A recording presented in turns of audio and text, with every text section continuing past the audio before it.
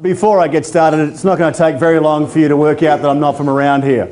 I am in fact Australian. And for the record, the Geico Gecko is not. It's not just because you happen to be in the real estate industry and it's gone through a tough time. It's got nothing to do with it, really.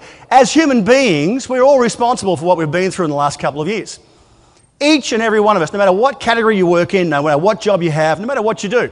And the reason you're responsible for it is that we all buy into the dream that it's never going to change.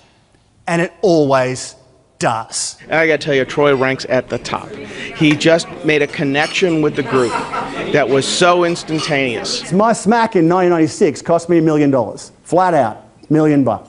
Still, to this day, that's still a lot of money to me. It still makes me strange. But you know what it did teach me? It taught me that I had to watch the cycles, because as I sat there and talked to my staff on that day, I realised that there's some greater things I've got to learn here. Not just a lesson of responsibility, I've got to learn how to change the way I actually conduct myself as a business leader if I'm to take responsibility. And I sat down and I said, okay, what caused me to get myself into this position so I don't do it again? And I worked out I had a couple of significant bad beliefs. Bad life beliefs, bad business beliefs, call them what you will. And I figured there was 4 in particular that kept recurring in my life that stopped me from getting ahead. What things in a day do you worry about that you can't influence? And you keep thinking about things that are drama in your life. I love the energy. Yeah, great energy and very intuitive and kind of a deep thinker, which is, it's nice, it's refreshing. What happens is we focus on the business plan. You're driven by metrics. You're driven by performance indicators or things in life that show you your worth in a company or organisation, and that's what you build your life around. Because you've got to get the job done, you make family and everything else fit around it. And that's how we come unstuck. What about your personal vision?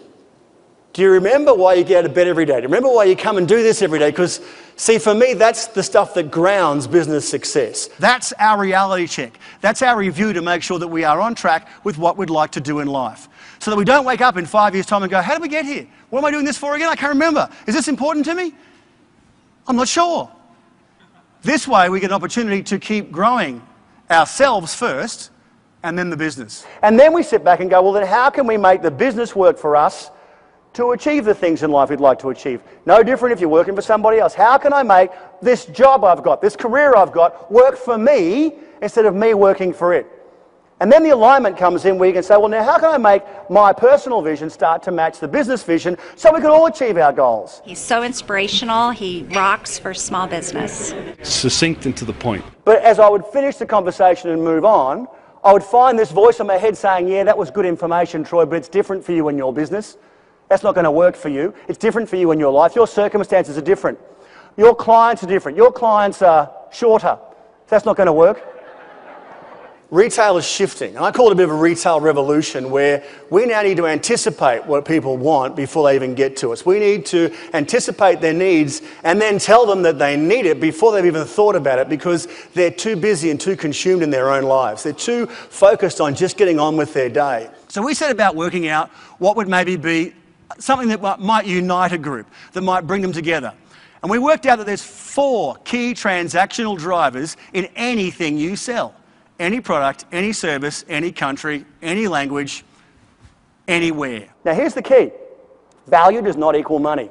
You haven't got to put the cheapest bid in for a project. You haven't got to be the cheapest guy on the block. You haven't got to come up with the best dollar value to get the gig away. If you have the other transactional drivers going on in the relationship with your clients, if you're giving them quality, service, relationship, and ease of transaction, you will give them the perception of value.